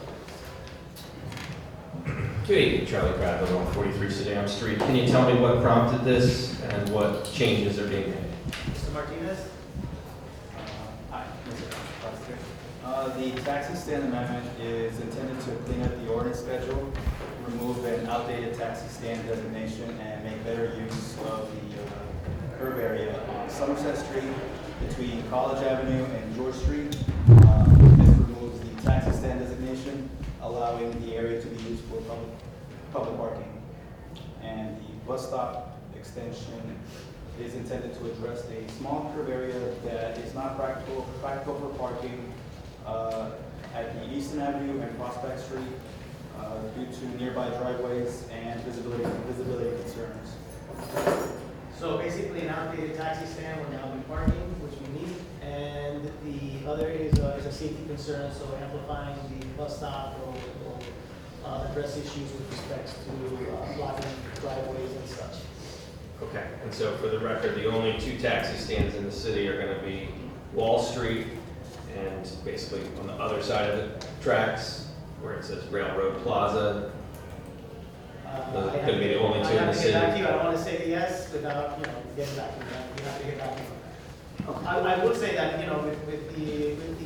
with rideshare now being such a big thing, and I'm not downplaying anything taxis need, right? But pretty much they're picking up anywhere at this point.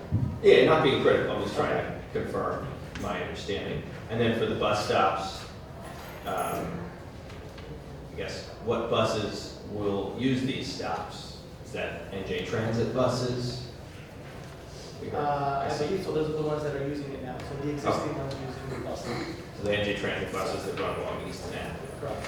Okay, that's all. Thank you. Anyone else with public comment on this ordinance only? Second.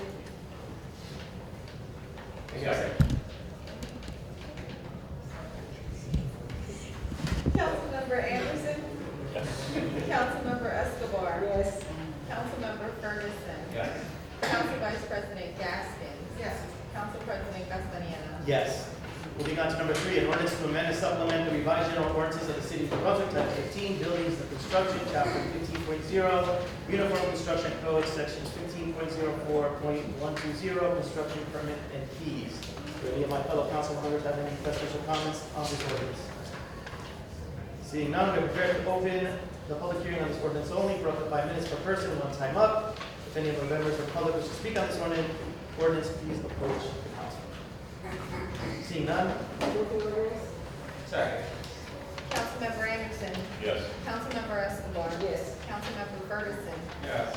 Council Vice President Gaskins. Yes. Council President Castaneda. Yes. Moving on to ordinances on first reading. Number 1, capital ordinance providing for various stormwater capital improvements and acquisitions in and by the city of New Brunswick in the county of Middlesex, state of New Jersey, appropriating $2 million, therefore to pay for the cost thereof. Move the ordinance setting down June 3rd, 2026 at 5 p.m. same way to the advertised. Second. Councilmember Anderson. Yes. Councilmember Escobar. Yes. Councilmember Ferguson. Yes. Council Vice President Gaskins. Yes. Council President Castaneda. Yes. Number 2, an ordinance to amend and supplement the revised general ordinances of the city of New Brunswick, Title 10, Vehicles and Traffic, Chapter 10.20, handicap parking, sections 10.20.010, Schedule 39, parking zones for handicapped persons at various locations. Move the ordinance setting down June 3rd, 2026 at 5 p.m. same way to the advertised. Second. Councilmember Anderson. Yes. Councilmember Escobar. Yes. Councilmember Ferguson. Yes. Council Vice President Gaskins. Yes. Council President Castaneda. Yes. All right, moving on to resolutions 1 through 33. Do any of my fellow council members have any questions or comments on the resolutions? I don't have a question, but I just want to make clear that when at the agenda part of the meeting, resolution listed on 28, you didn't have an amount, so the amount is not to exceed $7,568.35. The resolution itself has it, but the agenda didn't have it, so I just want to make sure. The resolution has it. Yes.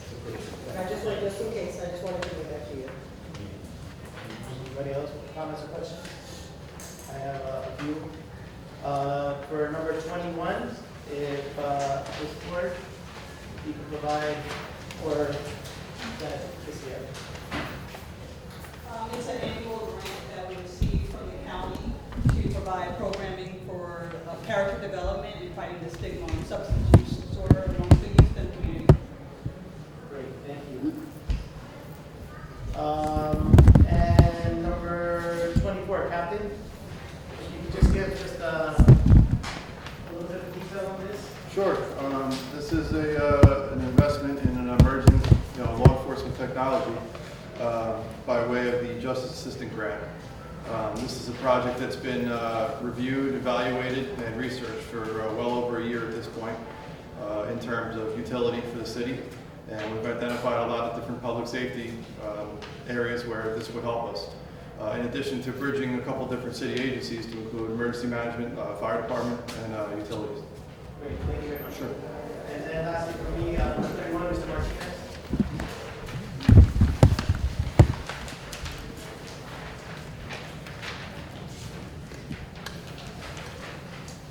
The city's consultant recommended direct payment to the contractor, which is standard practice in other municipalities, and it helps avoid payment administration, which is why these funds are for the income qualified homeowners at 11 Oliver Avenue. All right. Okay. So we're about to open the public hearing on the resolutions only for up to 5 minutes per person, one time up. You can give your name and address for the record. My name is Doris Allen. I came tonight also. There is, a house, her name is Bertha Gardner. She lives at 207 I Rutgers Street. just want to make sure that this is about. No, it is. It's about handicap parking and everything. Well, which ordinance are you speaking so that we can? Oh, okay. Say it I'm again. sorry, which resolution are you speaking? This is on the resolution. You're jumping all over. I don't even know. I don't even know what you. We're on resolutions right now. So, I know so- you're. So you have, this is for comments on the resolutions only. So if your comment is related to a resolution, that's great. We just need to know which resolution you're referring to. No, I want to make a comment about Then I will ask you to wait until we get to public comment, which is after this. All right? I know you're ready to go on, so am I. It's not about that, it's just about I'm following. tired. So let's get it popping. All right. Thank you. Anybody else for public comment on the resolutions only? Hi, I'm last one for Sedan Street. So I just had a couple additional questions on number 21, the grant on substance use disorders. I just would love to know more about the municipal alliance committee that this grant supports, and more about its activities, how long it's been established as a part of it.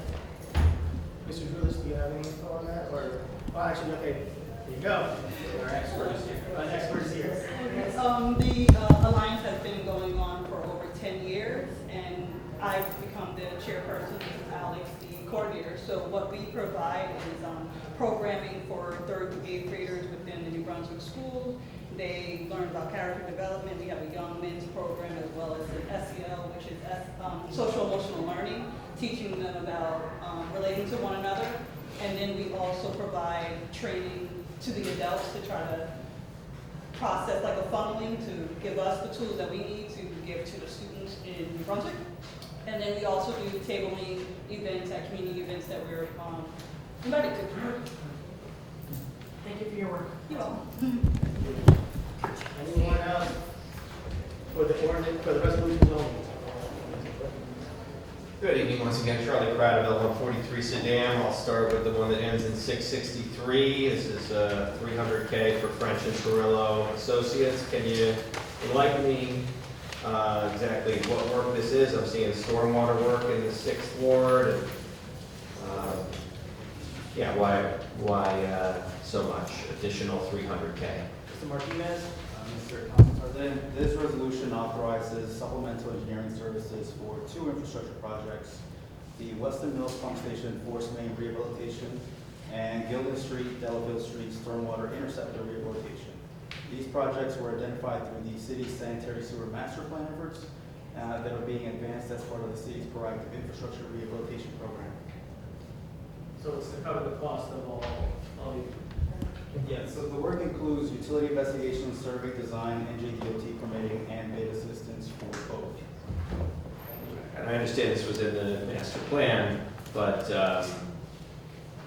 yeah, why is it an additional 300 is what I'm saying? Why wasn't this already part of the initial spend?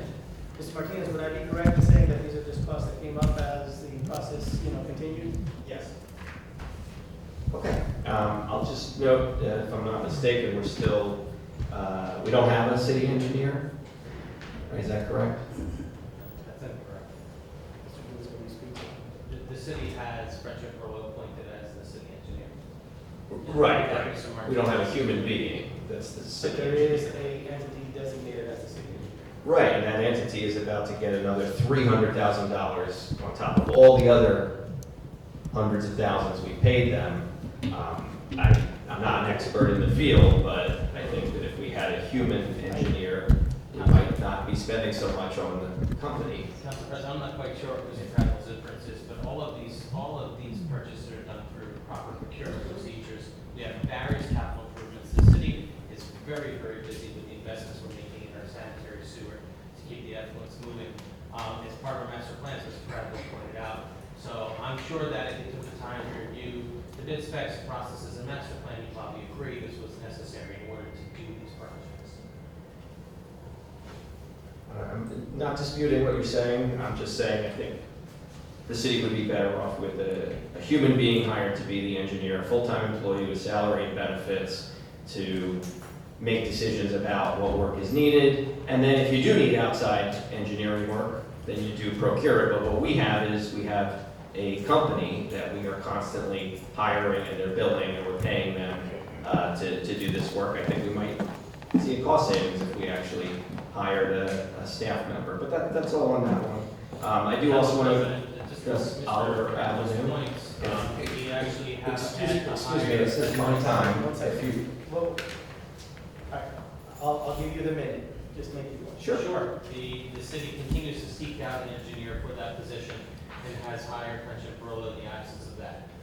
It is a very difficult person to find. With that, the fact that we have 3 utilities are doing a lot of work. I believe, Ms. Martinez, we relate to capital projects. Yes. So if we hadn't, these are not related to Friendship Burlow's internal engineering contract. These were all separately that Friendship Burlow went through the process. So it's really not congruent with Mr. Cradwell's talk.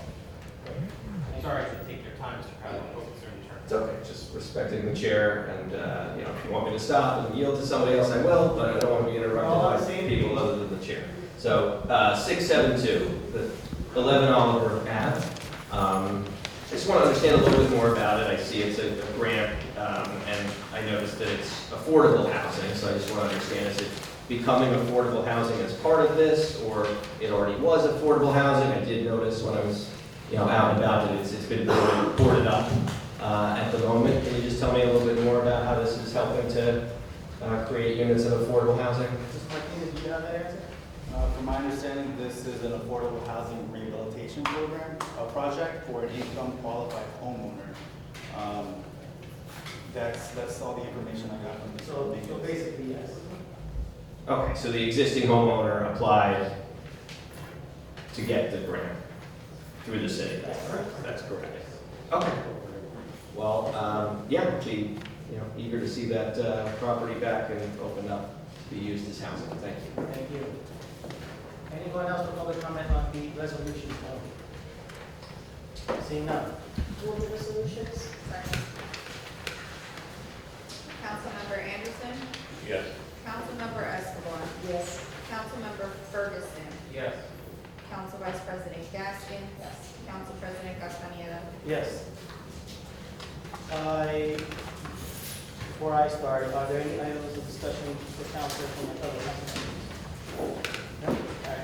All right. I do want to address, there was questions regarding the auction of class plates. I forget what you name the street address. Does anybody have the number? 15 class plates, am I right? The one on this speak. So 15 class plate. So the auction did take place. Council is going to take the necessary time to carefully deliberate before voting on accepting the bid for the auction property. As a result of the auction process, we now have a better understanding of the market value of the property, which we want to take into consideration prior to making any decision as to what we will continue to consider as we move forward or not with the auction. So it's important to understand that the city continues to be committed in creating affordable housing. When I say affordable housing, it's not just for those, and we recognize those that are marginalized, but also workforce housing. For those that don't necessarily make enough income to meet the market standards, but don't necessarily qualify for assistance or subsidized housing. And so it's really our job to really look at all levels of income of city residents and make sure that we are trying to be equitable in providing housing stock or opportunities for housing stock that will address all the needs. The city continues to really push for affordable or subsidized homes. We have built over 6,500 either built or renovated homes. Out of that, 3,750 have either been subsidized public or affordable housing units for low and moderate income people, putting us at 23% affordable housing in the city, which actually puts us way above pretty much a lot of municipalities. In fact, we are only one of 11% of municipalities that have met if not exceeded, the thresholds that are expected in terms of meeting affordable housing as a municipality. With the work that is happening now, so if you look at work like at the Hillebrand Commons, which will bring in 66 units of homes, H3 will bring in 53 units of affordable homes, 90 Bayard will bring in 66 affordable home units. We're looking to be adding 600 affordable units within the next couple of years, moving us from 23% to 25% affordable housing in terms of our housing stock. And so we can always do better, and we continue to do that, but we also need to recognize what the city has done thus far. That's all I have. Anybody else? Okay. Want to acknowledge the groundbreaking of the Bank Trust today, which I think will be a great step in moving forward to have programmatic offerings for art. Actually forgot one thing. Interpreter services. And so want to update people that we have been actively looking into interpreter services. Actually was privy to being part of a demonstration of a interpretive service that the city is actively looking into. It is one that utilizes technology that the UN itself utilizes, and so it can, in my opinion, get more legit than the UN, although I'm sure that's debatable for some people. But it would be using a monitor. It's real-time technology, but as all investment, it will take time to get here. We want to make sure that it would also constitute needing to upgrade our technology with respects to microphones. So I see Carlos already smiling. There you go. This is actual dual benefit with respects to not only providing translation and interpretive services, but also upgrading our audio. And so as we get more information on that, I'll be happy to share, but you have to be patient. Like everything else, things have to kind of process, but we are on our way to getting that done. All right. If no one else, can I start off with responding to Ms. Evans? Well, let me put us in public comment, and then we can do that. And so we are preparing to open the meeting for public comment for 5 minutes per person, one time up. If any members of the public wish to speak during public comment, please approach the council. And prior to that, you can come up, and then she's going to answer. Yeah, sure. Making sure we're all on the same level. All right. So she's going to answer your question, but if you want to repeat it, you know. Well, what I was trying to say earlier is that 207 Rutgers Street, and at the corner of Lee, I went there. She has a one-car driveway. Her husband has a handicap, and they refuse to give her a handicap. Placard in front of the house, right? And if you go up the whole street of Rutgers Street, there's not one handicap sign. And her name is Bertha Gardner, and she, like I said, she lives at 207 Rutgers Street, and you can go there or send somebody out to survey, because they went down to this the Brunswick Parking Authority, and they paid the money, and they told her and him that they couldn't give it to them because they have a parking lot, a driveway, which is only for one car, and it's 2 people, and he needs to park in front of the house because he's handicapped. And I would like to know if you could look into it to find out why these people why are they being denied a handicap sign when they should have it? Because if you got 2 cars and your driveway can only fit 1 car in, and he has the doctor's note and everything else, then, I'd like to know why. Why are they denied? Can you get up? Because I'll be back at the next one. I'm sure you will. I want to know, why was he denied? And can you look into it? Yes. Okay, good, I'm listening. Thank you.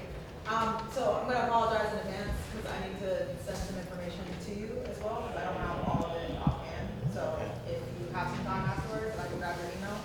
Yeah. So I led a few State of the Black Affairs meetings where folks were very candid about their thoughts and opinions on a lot of things. And business ownership and entrepreneurship was the driving part of the conversation. And I think that makes sense for a lot of reasons. I think that it's gonna take a lot of factors into solving that. One of which is investing in and helping support nonprofits that are trusted by Black folk. One of which we helped to get some funding, and this is what I need to email you because I don't have it off the top of my head. But it's a civic league. For a long time, Dr. Epps really ran a great civic league, and his decline in health, and he did so much for so many, and then really being able to help, his daughter flourish in that seat, and being able to provide some, funds in order to help folks get back on their seat. And there's a couple of other organizations who, conversations were had about how can we connect in the community and make sure this information is given. I would be remiss if I didn't acknowledge that there's other organizations who offer this important services to all residents, including New Brunswick Tomorrow. They offer free business consulting at their office every Thursday by appointment. You don't have to be affiliated with Front Street, you don't have to be affiliated with Esperanza. They actually do it for anyone who would like to open a business in the city of New Brunswick. Also, Ocean First Bank is a community-oriented bank, meaning that they will provide the loans needed for those in the community trying to open businesses. And they have issued some loans to some recent businesses. I forget the name of the one with ball off the top of my head, but so part of it is like some of these accesses exist. Definitely, if there are choke points or areas of access question concerns, definitely need to fix and address it. And part of it is just getting the message out about connecting folks who are interested to, hey, here's the business support. And then I also would be remiss if I didn't mention that the EDA of the state of New Jersey also has grant funding and business consultants where at any stage, if you're interested in opening a business and you are a person of color, including a Black person, that they will offer resources to you and steps on how you can receive a certification. Because and I'm so glad that you came back to this, because as I walk around, as you know, because I am campaigning, and a lot of Black people is, a lot of them are upset because they don't know, there isn't any Black-owned businesses, no Black eateries. Sometimes even I got a taste for Black eyed peas or macaroni and cheese when I don't feel like cooking it. And I gotta go to either Linden, North, my favorite place up in Brooklyn, of course. I hate to say it, but it's true. But, we need to put the business out there to the Black community, because we still have a lot of Black people here that would love to have, to see the eateries and clothing just as well as everything else, because like you said, Front Street, the whole city should be a melting pot, and it should be multi-racial, like you're saying. It shouldn't, people feel like, they're just catering to this one person or this group of people. And I want to thank you, Petra, for really touching on this tonight, because this is something, and I hope and pray my Black people that's out there, brown people, whatever you want to call yourself, listen to this and listen to what Petra is saying. And I will get the information from her, and I will put it up there for anybody that wants to own a business, or even, like he was saying, own a home. Because there is grant money out here for Black people to own homes. So I thank you for that. Yep, I'll get that information. And thank you for sharing.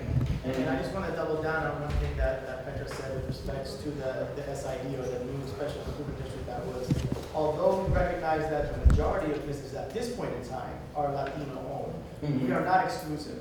Right? So let me throw my New Brunswick Tomorrow. But they think that. I get it. I get the perception. But understand that we are open to any business that's with, and we're helping any business that's not only willing to work at the French Street, but throughout New Brunswick. And so I just wanted to make that clear as well. Thank you. If I could just have one more second, I'm so sorry, guys. And I think dialogues like this are critical, right? Because sometimes people have perception, and it's us as community leaders, and you could be a community leader and not be on the council. It's about regurgitating this information of like, even if there is a perceived sense of separation, especially on the level of identity, we can come together and we can make sure that that separation does not exist. That is at least my opinion. Just name and address. Eric Spear, Jamesburg. Has the council reached a consensus on a resolution to support Assembly Bill 1665, New Jersey Reparations Task Force? We have not. I'll update you once I get it. Again, it goes with the same thing. I haven't been able to contact everybody that I feel like something like this needs to be input from all council. Okay, thank you. April McClaskman, 23 Sedan Street. First, I wanted to say I think it's great that we just had the dialogue we had about business ownership in New Brunswick. I think we should have more of that at council meetings. I know a lot of times when folks have questions, especially if they are asking questions in ways that may come across as combative, they can get kind of the answer of, this isn't a question and answer, we'll get back to you some other time. And I think there's just so much value in being able to have a back and forth, because you get to an endpoint that you probably wouldn't get to if it was just one person talks at you and then you talk at somebody else. So thank you for doing that, and I hope that we see more of that at these council meetings.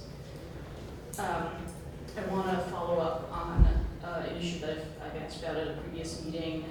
Is there any update on the investigation to allegations of misconduct by animal control officers in New Brunswick? I don't have an update. I haven't. Captain, is there any update on the investigation that you can speak to? Nothing I can speak to. It is being investigated. We're still pending. Still current. And for people that have questions about just learning more about what the role of animal control is in New Brunswick and what its activities typically look like, where can we go to get information like, how many animals do they take to the shelter annually, and from what areas of the city, and how many fines do they issue annually, and what's the average dollar amount of those fines, and are there specific individuals that are repeatedly being fined, and for what, and where in the city those people are. Because as I'm sure you recall from the gentleman who brought these concerns forward initially, it isn't just the allegations of the initial misconduct, it's also the allegations of retaliation, by then issuing repeated and excessive and unjustifiable fines. And obviously that's important to investigate as well, and it would be valuable for the public to also have some visibility into just sort of that realm of information of what animal control does and the numbers. So is there somewhere that someone like me could go to look at the numbers on that activity? I can look into that for you. Mr. Julius, do you have The any? city has a public information office for questions like this, Mr. J.T. Miller.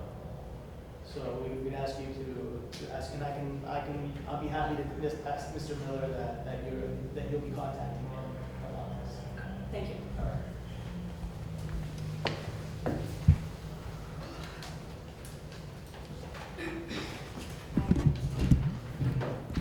Hello again. Just for the record, if you can just leave your name. Yeah, I'm Anna Dominguez from New Brunswick. So yeah, I'm happy to hear that you guys are looking into the interpretation services. Is there maybe like a timeline, like July, September, December? We can't give you a current timeline right now because, like I said, I literally just saw the demo this week, and let me tell you, I was very impressed. I mean, this thing translated on the spot for me, and with the 4 words that I know in French, it also translated that off the dime, so it actually recognizes the language that you're speaking and translates it into English. So technology is incredible. But because of the upgrades that are needed, it's not just simply a matter of getting the technology and putting it to work. We still have to get the audio. There are certain pieces that need to happen, so it's going to take some time. But as I start getting more information as to what that more concrete timeline looks like, I'll be happy to update you. Good, that's great news, and I'm excited to hear about the timeline. Any information about the city being able to share out the dire rapid response hotline? I owe you that. That's one thing I haven't been able to get to, so that's on me. Yeah, just because sometimes we get stuff on like Facebook, people are posting stuff, and then we don't see it till 2 hours too late. the thing about the way that we're doing stuff in comparison to First Friends and other places is that we also offer longer community support when families are going through emotional and traumatic events. They have a community to fall back to.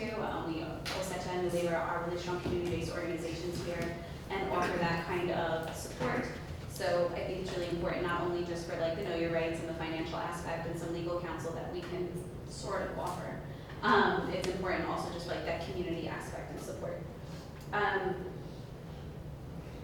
The other point I wanted to note was that, you know, in thinking about language justice and community organizations, as you can see, the interpretation has left again with the other community organization who did not stick around for the rest of the community. We still have Hispanohablantes here who maybe would have appreciated continued interpretation services. I know Councilwoman Escobar is here. But just to put it on the record that some organizations stay and some don't. Carlos had to leave. Well, just to answer that, that was provided by New Brunswick Tomorrow, not by the city. No, that's what I'm saying. Okay, Some no, I community wanna make sure that organizations, everybody is understanding once that it was not a doesn't city pertain to service. them, they, Well, we can't control what they will stay for or not stay for. They decided to offer for that, and, you know, we thank them for what they were able to offer. So Carlos had to leave, but his question, he wanted to know if he'd still be able to answer about the New Brunswick having detention centers or processing centers within the city limits, or if that would be something that the city of New Brunswick could say that we would never condone, look into, do business with, promote. New Brunswick has already said that we would not engage with ICE, and that would not be able to use city property, and so I think that kind of falls in line. That closed detention center, Because we know that we were thinking about putting a data center down where we have a bunch of warehouses, and so now the community worry is, could those warehouses ever be procured for any kind of processing center, field office, or detention center? And once you have one of those things in your community, well, they look to fill it with local people. They're not gonna go to Pennsylvania and bring people to New Brunswick. They're gonna look at local residents to fill it with. So that's what the worry and the concerns about. I think you have enough support on this council to make sure that that would be.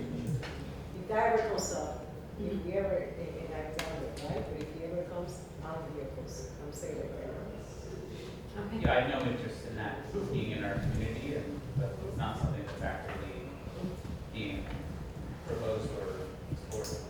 Do we have any kind of like fail-safe or methods like in place that? So I dealt with this in my day job, and the reality is if ICE wants a detention center, it might try to force it down your throat, even if the local community is opposed to it. So it's one of those things, as if, like, if it were to come to happen, everyone would just come out and fight against it. Yeah, we've been able to get Roxbury paused, which is a more recent win for us, which is great. But we're trying to prevent it even getting that far, right? That Roxbury has to continue to fight and go through events going through, like, to kind of like nip it in the bud in the beginning. So it's never even a conversation. Unfortunately, like in the conversations that I've had on state legislation on this, it's not even something that you can try to prevent rapidly. Like ICE can try to just force it. There's creative methods supposedly around saying like it's bad for the environment. It's not so much that it's an ICE detention center, but we don't want any carceral centers here. Or it would be harmful for like we can't take in all this transportation that you're going to be bringing in with all these buses of people. There's creative solutions to saying why that kind of business can't be here because it's going to harm the community without saying because it's ICE. Isn't that federal? Good evening once again, Charlie Prattville. I want to start by saying thank you to Amanda for her work and to everybody else who spoke tonight for the great dialogue and ideas and discussion and, you know, caring about the community. It's good to see a meeting where a lot of people come out. And I hope we see more of it. I'm also pleased to hear that you're proceeding with the upgrades that are needed to have better audio in this room and live interpretation. I was also pleased to see you're not immediately accepting the bid to sell the city-owned land at 15 Class Place. I did speak to you after the last meeting and suggested politely that you consider deed restricting it before you sell it, if you are going to sell it. And the deed restriction could require it to be affordable housing. And we saw that auction. It was the first time I'd ever attended something like that, but I was here, the clerk was here, Mr. Shammy was here, and there was only one bid. So the introductory price was $50,000. Gentleman bid $50,000.